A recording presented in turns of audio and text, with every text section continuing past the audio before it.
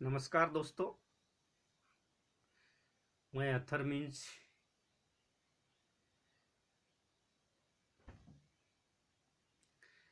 परमेश्वर के संबंध में मैं बतलाना चाहता हूँ। हे परमेश्वर आप सबों को बतलाना चाहता है।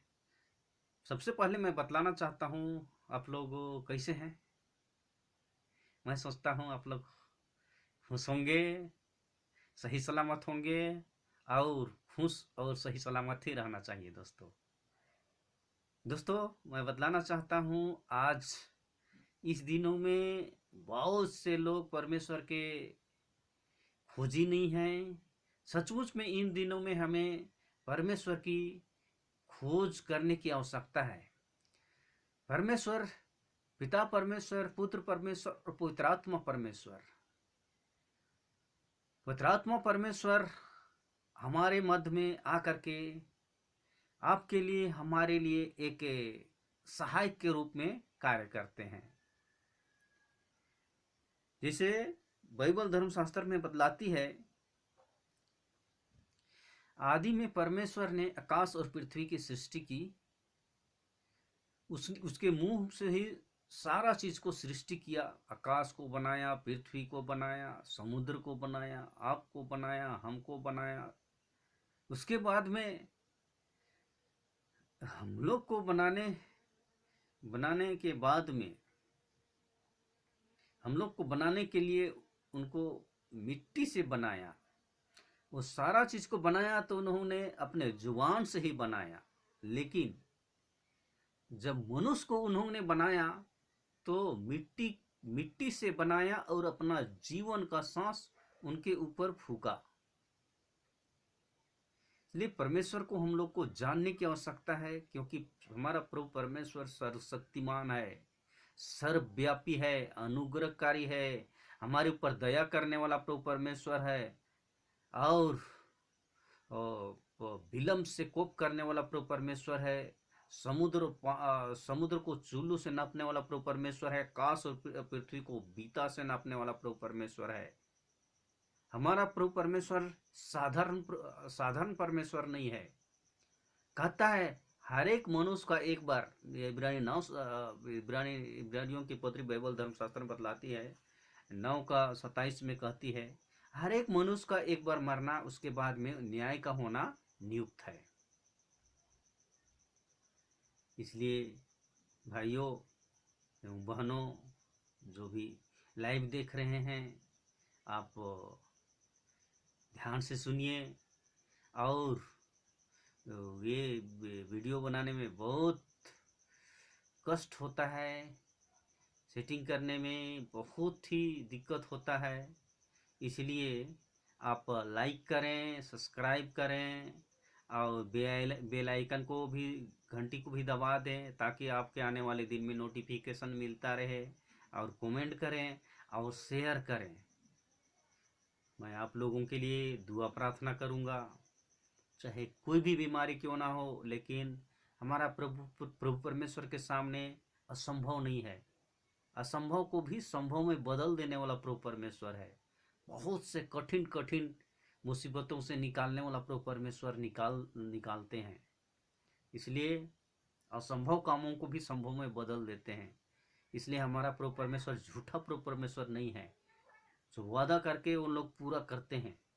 जितने भी सब कुछ को उन्होंने जो भी बोले हैं, पवित्र शास्त्र बतलाती है, उसके अनुसार से हर चीज पूरा होता है। उसकी प्रतिज्ञाएं सारा पूर्ति होते जाती है। इसलिए भाइयों बहनों, आप लोग ध्यान से सुनिए और एकदम कृपया करके वो सब्सक्राइब कीजिए और बेल आइकन को दबाइए और लाइक कीजिए। तो मतलब मैं बतलाना चाहता हूँ कि पहला कुरिन्थी 2 का, बाइबल धर्मशास्त्र में पहला कुरिन्थी 2 का 10 से 11 में पवित्र आत्मा परमेश्वर के गुप्त भेदों को जानने के लिए दिया जाता है, क्योंकि परमेश्वर की बातें कोई नहीं जानता। केवल परमेश्वर का पवित्र आत्मा ही जानता है। परमेश्वर के जो भी बात है उसको हम भी नहीं जानते हैं, कोई भी बता नहीं सकता है, लेकिन पवित्र आत्मा ही बतला सकता है। इस वचन से यह भी साफ स्पष्ट होता है कि प्रियो, पवित्र आत्मा परमेश्वर की ही एक आत्मा है जो हमें परमेश्वर के ज्ञान से परिपूर्ण कर देता है, जो परमेश्वर के बारे में हम लोग को बतलाती है, परमेश्वर के बारे में हम लोग को सिखाती है और समझाती है, तथा हमारी सहायता करती है। इसलिए हमारे जीवन में बहुत सारा बुराई होते हैं, बुराई से बचने के लिए हमको और आपको सहायता करती है। जब भी आप किसी संकट में या मुसीबत में पड़ जाते हैं, उस समय भी वो प्रार्थना करते हैं तो सारा संकट एवं मुसीबत से वो निकाल देती है।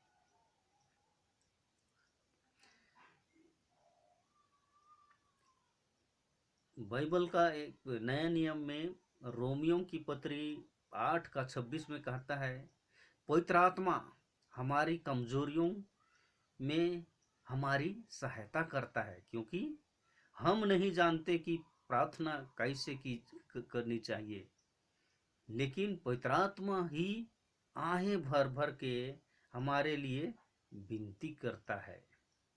अर्थात परमेश्वर की यह आत्मा का मनुष्यों की कमजोरियों को भली प्रकार जानता है, तो वह हमारी मदद करता है और हमारी प्रार्थना करने में मदद करता है और सहायता करता है। पवित्र आत्मा ही एक सहायक है जो परमेश्वर की आज्ञा को मानने के लिए हम लोग को बतलाती है। तो मैं बतलाना चाहता हूं दोस्तों, सही परमेश्वर को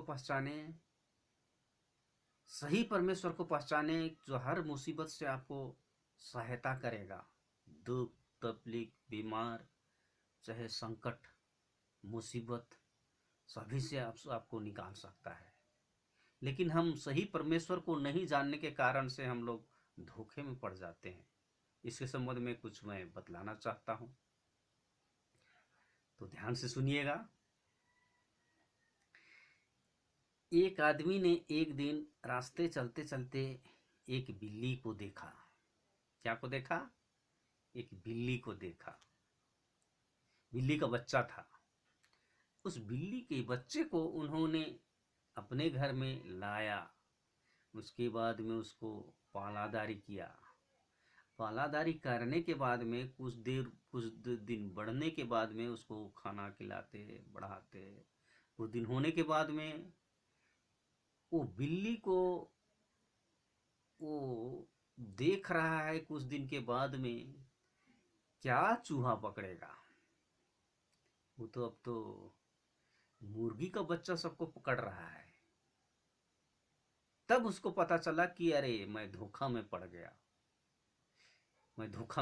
वो चूहा को नहीं पकड़ रहा है, लेकिन उल्टा वो घर का मुर्गी के बच्चे मुर्गी सबको पकड़ रहा है। वो समझ में आ गया कि अरे ये बिल्ली नहीं है, ये वन बिलायर बोलते हैं, बाड़ो बोलते